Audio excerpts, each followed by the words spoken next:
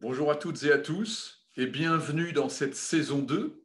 Vous avez été nombreux à me demander de poursuivre mes vidéos. Eh bien, nous allons ouvrir cette saison 2 aujourd'hui avec un ami que vous connaissez déjà, c'est Michel Tonini, notre cosmonaute, qui a eu l'occasion d'aller 2 fois dans l'espace. Et on voulait faire un petit clin d'œil justement avec l'envol de Thomas Pesquet, qui est parti il y a 2 jours, rejoindre la station internationale. Thomas qui a été recruté par Michel, justement, qui était formé également par Michel à Cologne. Donc voilà, nous allons parler avec Michel aujourd'hui de la géopolitique de l'espace. Il se passe beaucoup de choses au-dessus de nos têtes et c'est le moment de faire le point de ce qui va justement se passer. Alors, c'est un espace stratégique indiscutablement et souvenez-vous de ce que je vous dis et ce que je vous prouve d'ailleurs dans mes conférences. Qui maîtrise les infrastructures maîtrise le monde. C'est une constante. Tous les empires ont maîtrisé le transport, qui est une donnée essentielle dans la maîtrise du monde, le transport des personnes et le transport du commerce. Souvenez-vous des Hollandais, des Vénitiens, des Anglais, des Américains hier et aujourd'hui, peut-être demain les Chinois avec les nouvelles routes de la soie, les fameuses nouvelles routes de la soie qui implantent des infrastructures partout dans le monde. Et justement, déjà aujourd'hui et demain ce sera encore plus vrai, le transport des données. Le transport des données. Souvenez-vous, juste une petite cadence au niveau de toutes ces technologies que l'on connaît sur la dernière génération. Les années 80, c'était le hardware, l'émergence de l'ordinateur dans les espaces privés.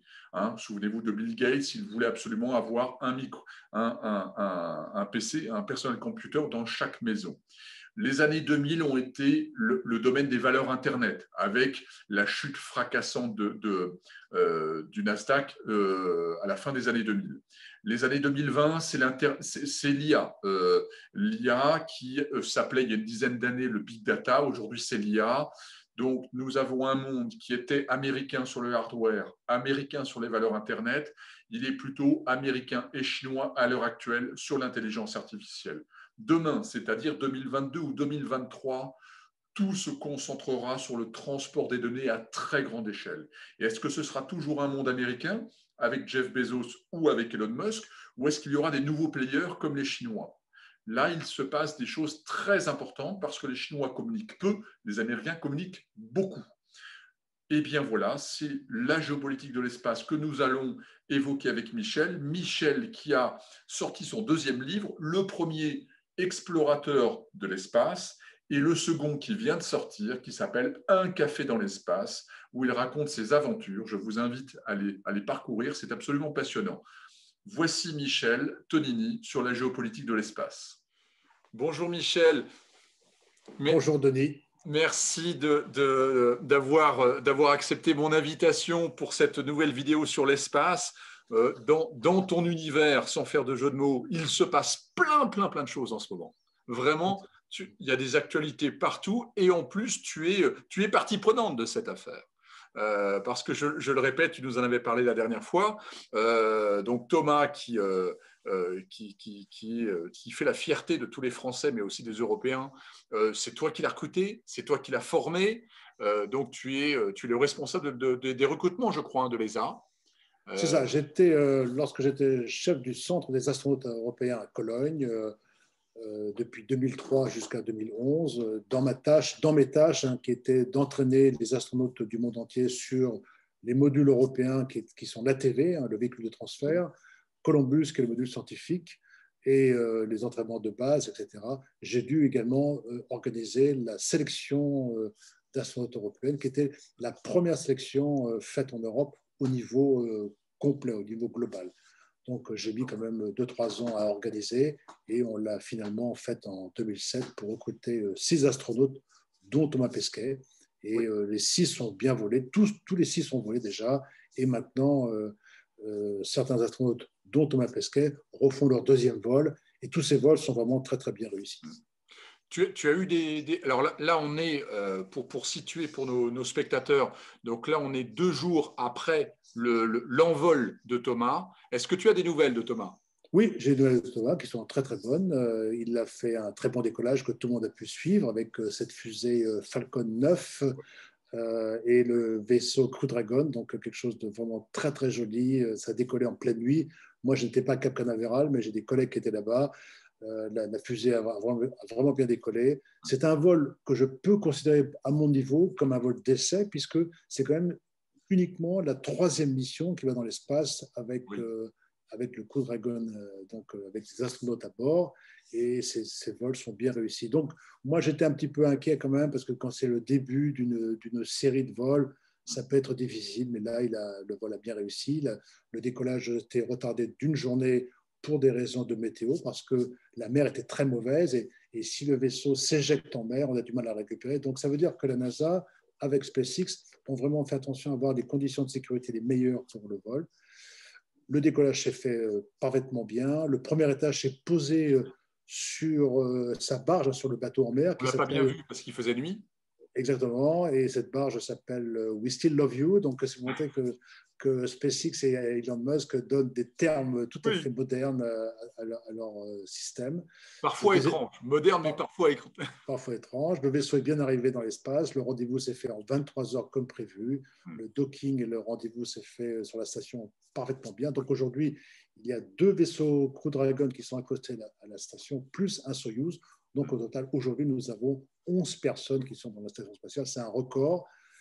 Et c'est même difficile pour les limites de la station au système régénération d'oxygène, de gaz Ah, carbonique. Donc, le deuxième équipage de 4 va rentrer dans le Crew Dragon le 28 de ce mois pour que la station soit avec son niveau normal de 7 personnes. ouais. Et Mais Thomas va très bien, il est très content, il est très heureux. il avait l'air très à l'aise, tu as vu. Autant il y avait un petit peu d'anxiété dans ses discours avant de partir en disant effectivement maintenant je sais à quoi m'attendre, donc effectivement il y a des moments qui vont être un peu difficiles, mais finalement dès qu'il est arrivé il était très à l'aise et je crois qu'il a la particularité de ne pas avoir le mal de l'espace lui. Alors, il n'a pas le mal de l'espace, et puis en plus, quand on fait un deuxième vol, le cerveau mémorise un petit peu les façons dont il avait euh, accepté ou pas le mal de l'espace avant. Donc, il était à l'aise, bien sûr. Et de toute façon, les 4 étaient tout à fait à Oui, c'est l'aise. vrai. On voit à la couleur de la peau, si vous voyez quelqu'un qui est blanc, Ah, jaunâtre, voire verdâtre, c'est mauvais signe. Là, c'est ils ça. étaient bien. Ceci, il faut faire attention, parce que dans l'espace, dès que nous arrivons au bout de 23 heures, le sang a commencé à glisser des jambes vers la tête. Oui. Donc la tête est un petit peu plus gonflée, ce qui fait que ça va enlever les rides et ça nous donne toujours un visage positif. Moi, je me souviens dans les photos de mon vol en 92, j'avais l'air en pleine forme, mais je n'étais pas forcément en pleine forme. C'était mon Tu premier as, vol. tu as conscience que maintenant que tu as dit ça, tu viens de développer le tourisme spatial là. Oui, complètement. Complètement. On va aller dans l'espace pour avoir des visages mieux remplis. Voilà, c'est ça. Alors Plus donc, ronds. tu m'expliquais en réalité que ça va être des vols d'essai pendant à peu près un an en réalité. Ah, on a été coupé là. Ah oui, tu m'expliquais qu'en fait, la terminologie des vols d'essai, ça va être pendant un an, le temps d'acquérir de l'expérience et d'être sûr du lanceur. Alors, la NASA et SpaceX officiellement ne disent pas que ce sont des vols d'essai, parce que SpaceX décolle déjà depuis 10 ans pour envoyer le Exact. Dragon dans la station spatiale, et qui a bien fonctionné. Là, c'est le Crew Dragon. Mais pour moi, à mon niveau, je ne parle pas de la fusée, mais je parle du Crew Dragon. Pour moi, c'est quand même, dans les premiers vols, c'est des vols d'essai. Donc, pour moi, à mon niveau, cette année est une année d'essai en vol, où on va vérifier, remettre en fonction certains équipements ou certaines vérifications sur le vaisseau Crew Dragon. D'accord. Euh, Est-ce que tu pourrais nous parler de tes souvenirs à toi que tu as vécu? Tu étais 2 fois dans l'espace, tu as connu le rustique mais hyper fiable Soyouz, mais un peu rustique quand même et un peu viril, on en parlait tout à l'heure. Tu as connu la navette qui était en fait quelque chose d'absolument extraordinaire. Dans les années 80, c'était vraiment une avancée fabuleuse qui devait être réutilisable mais finalement qui a coûté une fortune. Hein, les vols coûtaient très cher. Euh, Quels sont tes meilleurs souvenirs et est-ce que tu as eu également des galères là-haut?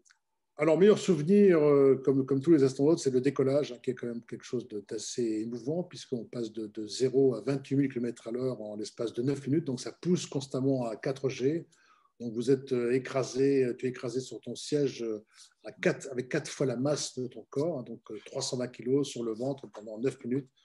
Toi qui es pilote d'essai, toi qui as été pilote d'essai à l'armée, tu vas jusqu'à combien en termes de G avec un Rafale, par exemple, pour donner Alors, moi, un sur Mirage, moi, j'ai fait que du Mirage F1, Mirage 2000. On peut aller jusqu'à 10 G, entre 9 et 10 Ah G, ouais. mais sur des cours, c'est en très court, hein, c'est Oui. environ 20 secondes, 30 secondes maximum. Alors que Là, là, on prend 9, on prend 4 G pendant 9 minutes. Donc, c'est beaucoup plus long. C'est moins de G, mais c'est beaucoup plus long. Donc, c'est une technique différente. Et les G sont dans un avion du haut vers le bas.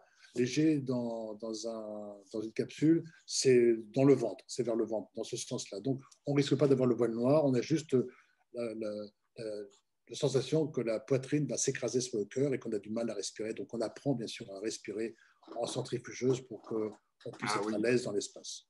la fameuse centrifugeuse qui donne pas du tout envie de monter dedans. Alors, la centrifugeuse, bon, elle est impressionnante, mais finalement, ça se passe bien. Ce qui est difficile, c'est le tabouret tournant, qui est le Ah système oui, qui va exact. simuler le mal de l'espace, qui est un peu plus difficile. Ouais. Alors, Donc, le meilleur souvenir. Donc, dans mes bons c'est souvenirs, l'envol. le décollage, et puis dès qu'on est arrivé là-haut, c'est la vue de la Terre, et c'est vrai qu'on tourne à 28 000 heures, donc voir la Terre à environ 30 fois la vitesse d'un avion. Donc, imaginez-vous, vous êtes en avion, mais beaucoup plus haut qu'un avion. On est quand même, un avion, c'est à 10 km, mais on est à 400 km, donc on est 40 fois plus haut, et on est 30 fois plus rapide. Donc, on Ouais. multiplie par 30 et la hauteur et la vitesse. Et on voit toutes les parties du globe entre 51 degrés nord et 51 degrés sud. Ce qui est important, c'est la vision de la Terre et aussi, là j'étais avec des amis à midi, par exemple, c'était très beau, on était sur la terrasse à Paris, on voyait le ciel bleu, et je leur dis, imaginez-vous que celui qui a conçu la Terre, quand même, il était quand même très malin, parce que quand on voit le bleu, il n'y a aucune mesure qui nous fait comprendre que ce bleu est limité à 100 km. Et 100 km, c'est une distance très courte, hein, c'est Paris-Orléans ou Paris-Chartres à peu près. Donc une distance très courte. Mais quand on regarde le bleu paraît infini. Mais finalement, je dis, ben, ce n'est pas infini, le bleu, c'est un petit liseré qui fait à peine 100 Petite km. pellicule. On le voit très bien depuis la station.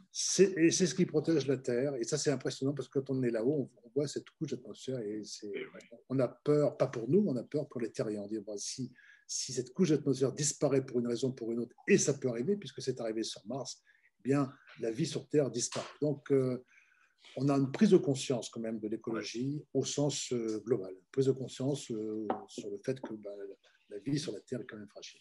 Donc, tu es en train de me dire que Bolsonaro, qui saccage sa forêt amazonienne, on devrait l'envoyer dans la station spatiale pour qu'il prenne conscience de la fragilité de notre écosystème, peut-être. Je crois qu'au niveau individuel, nous sommes 7 milliards sur Terre. Si chaque personne fait un geste pour l'écologie quotidiennement, même s'il est millimétrique, il a une importance et il sauve la Terre. Parce que ce geste peut un jour avoir des conséquences sur la protection de l'atmosphère, mais pas que. Hein. Par exemple, un astéroïde qui tomberait sur la Terre pourrait également déchirer cette atmosphère. Et c'est peut-être ce qu'il y a eu sur Mars. Et c'est pour ça que nous allons dans l'espace, pour savoir ce qui s'est passé sur Mars, pour mieux protéger la Terre.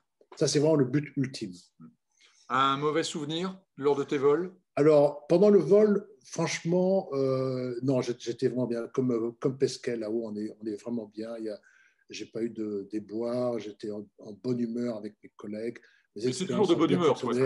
Pour ceux qui ne te connaissent pas, tu es toujours de bonne humeur, Michel. Alors, j'ai eu ta seule qualité, tu as beaucoup de qualités, mais celle-ci est très appréciable pour tous ceux qui te côtoient, en tout cas. J'ai eu quand même des moments où je me suis disputé avec des collègues russes ou français dans ma carrière et en tant qu'astronaute aussi.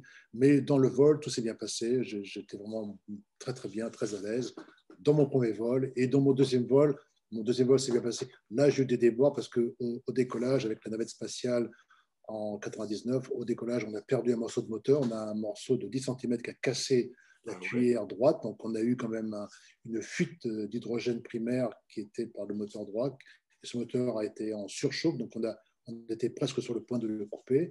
Et au décollage, une seconde après le décollage, on a eu une panne électrique totale sur une des 3 phases du courant alternatif. Et ce courant alternatif protège les petits ordinateurs qui protègent la coupure du moteur.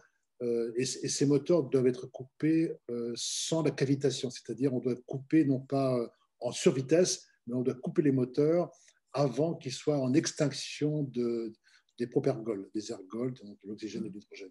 Donc, il fallait faire très attention à la coupure moteur, mais ça s'est bien passé quand même. on a lancé le télescope et la rentrée atmosphérique après la mission s'est bien passée. Donc, deux petits déboires assez graves au décollage. Mais sinon, une bonne ambiance avec mes collègues russes, mes collègues américains, avec lesquels je suis resté ami depuis maintenant bientôt 30 ans.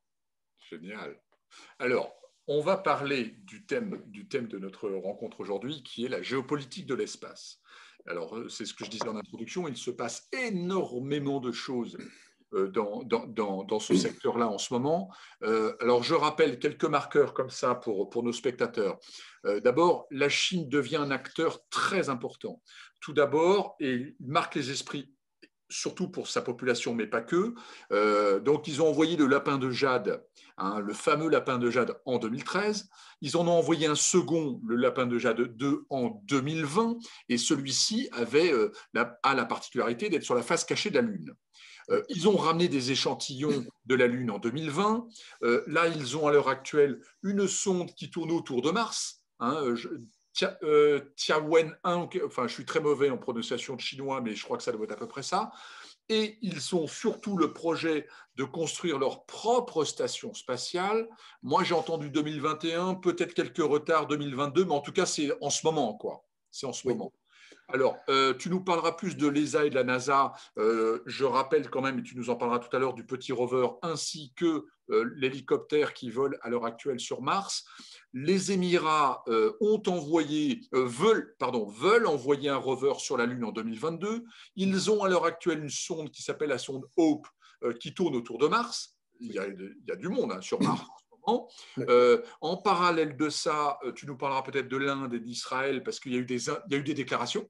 Je ne sais pas où ils en sont exactement, mais il y a eu des déclarations. Et surtout la Russie, est-ce qu'elle fait son comeback ou pas?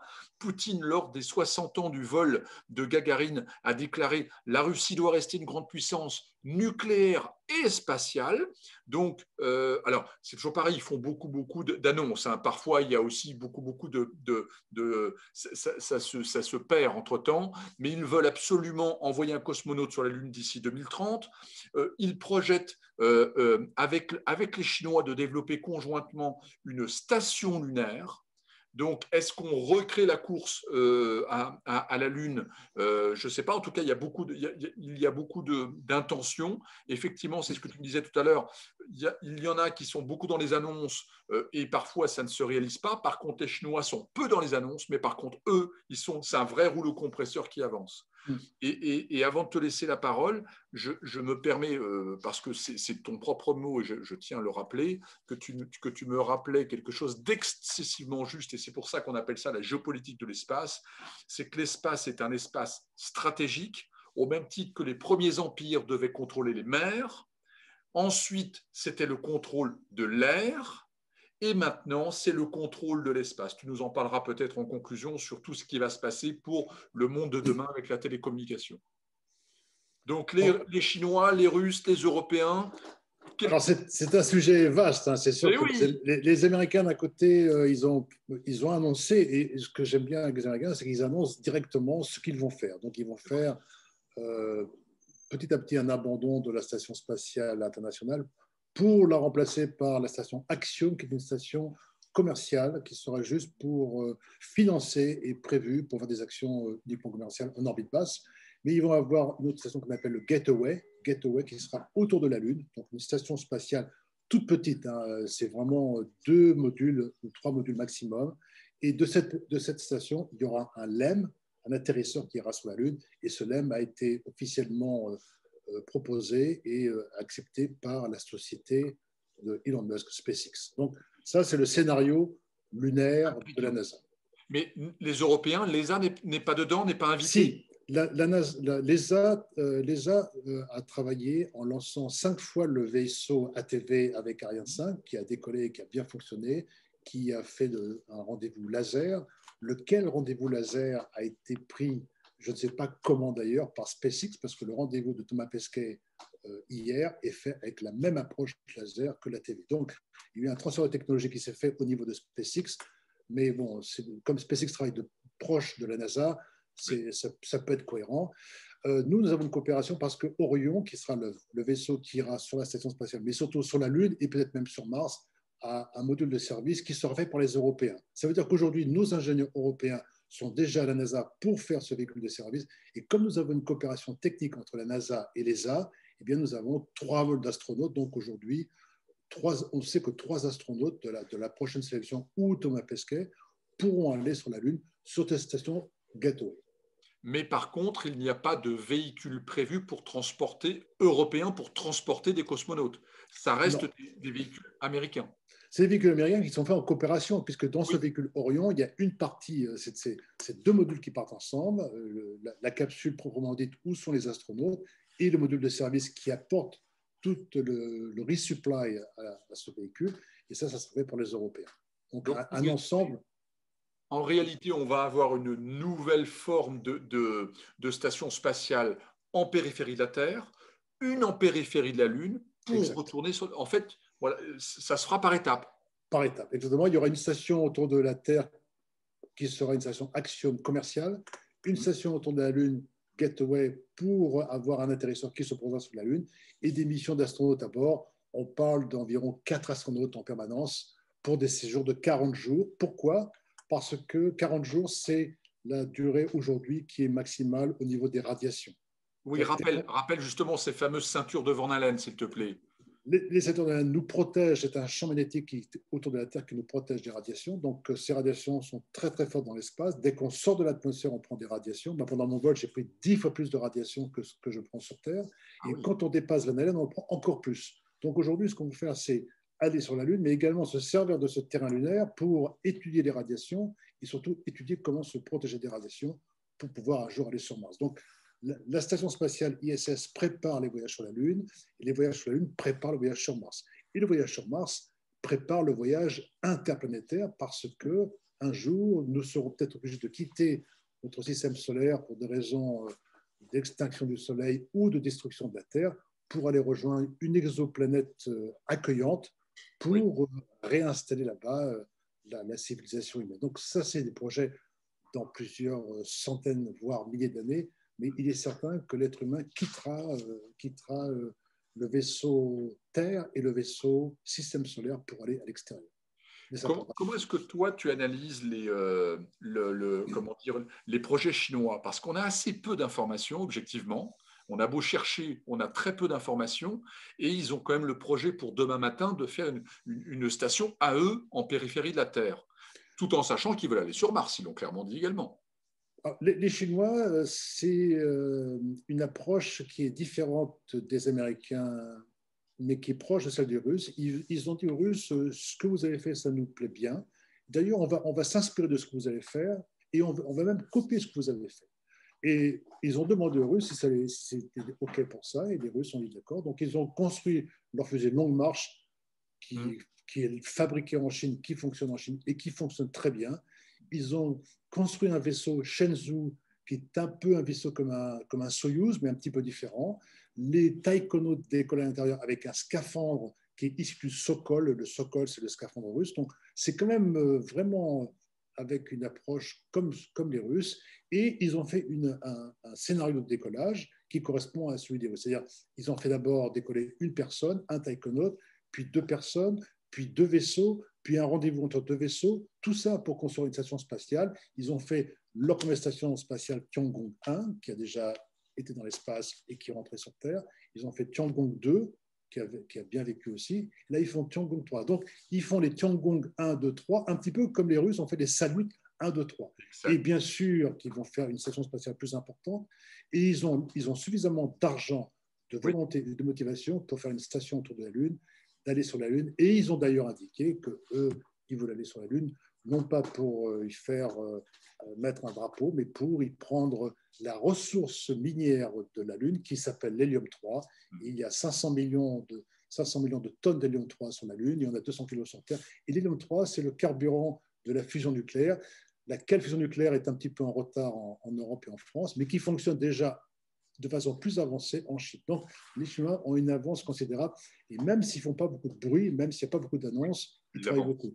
Et ce que je voudrais dire quand même, et c'est une vérité, au bénéfice des Chinois, c'est que c'est la seule agence spatiale, si on compare les Américains et les Russes, c'est la seule agence spatiale qui a réussi à envoyer des taïkonautes régulièrement dans l'espace sans accident. Alors qu'au départ, rappelez-vous que les Russes ont des accidents, les Américains ont des accidents, eux, les Chinois, ils y vont lentement, sans effet d'annonce. Ils y vont avec des systèmes simples qui ont été éprouvés, des systèmes qui sont relativement faciles à réparer, mais pour l'instant, il n'y a pas d'accident. Ils y vont lentement et pas d'accident. Et nous avons une coopération qui est importante d'ailleurs entre les Européens et les Chinois. C'est-à-dire que nos astronautes européens, dont Thomas Pesquet, apprennent le chinois et vont s'entraîner dans le centre d'entraînement de Pékin pour les taïkonautes. Et les taïkonautes viennent s'entraîner à Cologne, qui est le centre d'entraînement européen. Donc on a cette coopération qui est depuis environ 10 ans entre Chinois et Européens, qui fonctionne très très bien d'ailleurs. Et je pense qu'un jour, on aura certainement une invitation d'un Européen à aller sur une station spatiale chinoise, voire aller sur la Lune avec les Chinois. Donc vous voyez que la position européenne, même au niveau géopolitique spatial, elle est quand même importante parce qu'on a une coopération avec les Américains, on a une coopération avec les Russes et une coopération avec les Chinois. Donc on est bien un peu partout. Oui, exactement. C'est assez intéressant parce qu'on a l'impression que tout le monde est en hyper concurrence là-haut, mais qu'il y a de la coopération en bas. Exact. Il y a une bonne coopération dans ce domaine-là. Est-ce que tu as quelques informations sur les Émirats? Les Émirats ont une jeunesse avec beaucoup d'ingénieurs, beaucoup de projets. L'Israël, l'Inde, tu as des informations à nous donner sur ces pays-là? Alors, les Émirats ont organisé leur sélection d'astronautes, donc ils ont déjà un petit corps d'astronautes et ils sont déjà prévus de partir dans l'espace, dans la station spatiale, avec une coopération qu'ils ont avec la NASA. Ils ont organisé cette sélection et cet entraînement et ils vont rejoindre le pool des partenaires de la station spatiale. Ils sont très désireux d'être partenaires et d'être présents dans les activités spatiales pour les vols spatiaux habités, mais également pour les vols automatiques. Donc toute la partie satellitaire, elle est quand même liée derrière. Quand il y a des astronautes, il y a également une activité de satellite qui est importante. Et cette activité de satellite, elle est très importante parce que moi, je travaille avec Van Allen, qui est la société de Montpellier qui fait des nanosatellites. Et on a implanté des coopérations de nanosatellites, qui sont des petits satellites qui font 1 kg, donc qui coûtent 20 000 ou 30 000 euros le satellite. Et on a fait ça avec les Africains, donc avec Djibouti et avec un autre pays africain, ce qui permet d'avoir un départ d'ingénieurs qui s'occupent d'espace avec un niveau réduit, mais ça permet de prévoir des instituts, des ingénieurs qui s'occuperaient d'espace. Donc le milieu spatial va toucher pratiquement tous les continents de la Terre entière. Il est vraiment en pleine expansion, lui. C'est une belle expansion parce qu'il y a un marché financier important et on externalise un petit peu nos moyens. Nos moyens sont externalisés, ce sont des satellites de télécommunication, d'observation. Tous les besoins que nous avons sur Terre, maintenant, eh bien, on va les mettre le plus possible en dehors dans l'espace. Et dans quelques années, nous aurons l'accès au Wi-Fi dans toutes les régions de Terre qui sont aujourd'hui dépourvues grâce à des satellites de télécommunication qui vont transmettre le Wi-Fi par ces moyens satellitaires. C'était la conclusion sur laquelle je voulais que l'on termine cet entretien où j'essaie de tenir 24 minutes, mais c'est compliqué. Les sujets sont passionnants. L'espace déjà aujourd'hui avec Bezos et avec Elon Musk, il se passe beaucoup de choses là-haut à l'heure actuelle. Et l'enjeu de demain, c'est qui contrôle la communication. La communication et l'observation, parce que l'espace, c'est la télécommunication civile pour les terriens normaux, la télécommunication militaire pour les communications cryptées, l'observation civile pour les études de changement, de variation de la hauteur de la mer, des variations de l'irrigation pour l'agriculture. Donc ça, c'est aussi important, mais également l'observation militaire, savoir où sont les objectifs militaires assez importants. La définition qui est quand même assez impressionnante de ce qu'on peut voir sur Terre, donc ça peut servir également aux militaires. Et c'est pour ça qu'aujourd'hui, même en France, l'armée de l'air s'appelle maintenant l'armée de l'air et de l'espace. Donc on a monté la frontière de l'air à l'espace. Ça veut dire que l'espace est aussi un enjeu géopolitique, mais aussi militaire. Donc, tout à l'heure, en introduction, avant cet enregistrement, on parlait de la communication. Et effectivement, tu faisais un parallèle très rigolo. Alors, pour les plus jeunes, ils n'ont pas connu ça, mais nous, on a connu le bebop à Paris, qui était le début de la technologie de la communication sans fil après après le fameux Radiocom 2000, où effectivement, il ne fallait pas être très très loin de la borne du bebop. Et en réalité, aujourd'hui, comme tu le disais, n'importe quel point de la Terre va recevoir de la télécommunication, probablement, comme tu disais, sous forme de Wi-Fi, avec un débit de 40G, où on va pouvoir, il n'y aura plus de frontières, il n'y aura plus de limites, et ça va être un autre monde. Oui, ce ne sera plus des cartes SIM, ce sera des communications Wi-Fi. Comme on est à la maison, on a le téléphone qui est branché au Wi-Fi, ben, le Wi-Fi sera accessible dans la rue par ces satellites. Et donc, avec un abonnement qui sera du même coût qu'aujourd'hui, ou voire légèrement plus cher, on aura peut-être 10 fois la vitesse que nous avons aujourd'hui sur un téléphone portable. L'abonnement d'Elon Musk aujourd'hui, avec sa constellation, pour un particulier, c'est 99 $ par mois. Exactement, mais ça fonctionne très très bien. Les Anglais ont déjà accès, mais ça c'est le début des premiers accès. Ça veut dire que ce prix-là va diminuer tout doucement, on va arriver à 45 euros, 40 euros. C'est ce que nous payons aujourd'hui pour un abonnement Internet à la maison. Donc c'est tout à fait dans les règles de ce marché. C'est comme le GPS. Les Américains ont été les premiers à envoyer un système de géopositionnement par satellite. Oui. Est-ce qu'il y a un projet européen pour cette hypercommunication via l'espace? Bien sûr, on a le système de GPS européen qui s'appelle Galileo. Oui, au niveau des satellites de communication comme Bezos ou Elon Musk, on a des projets concurrents?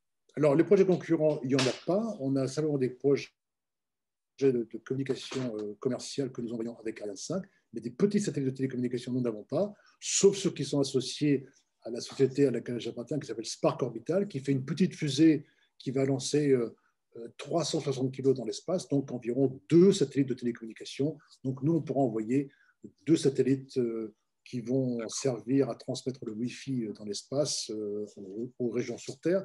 Mais l'avantage que nous avons, et d'ailleurs on a déjà des clients américains, c'est que comme Jeff Bezos, comme Elon Musk vont envoyer 40 satellites d'un côté, eh bien, ces 40 sont toujours sur la même orbite, sur côte à côte, donc ils vont toujours toucher les mêmes régions. Nous, on fait du démarchage porte à porte. Donc, on peut aller à une orbite différente, une altitude différente, on peut répondre à des besoins spécifiques. C'est pour ça que certains Américains sont très intéressés par notre lanceur et on a déjà quand même beaucoup de clients. Et donc, ça veut dire que les privés, parce que la société Spark Orbital est uniquement privée, les privés commencent à faire un petit peu, à l'image d'Elon Musk, des petits lanceurs, mais c'est à l'échelle européenne, donc c'est quand même beaucoup plus petit que ce que fait Elon Musk et SpaceX. Donc on a connu dans la course au XXe siècle des géants qui étaient devenus des valeurs, entre guillemets, des entreprises systémiques comme General Electric, par exemple.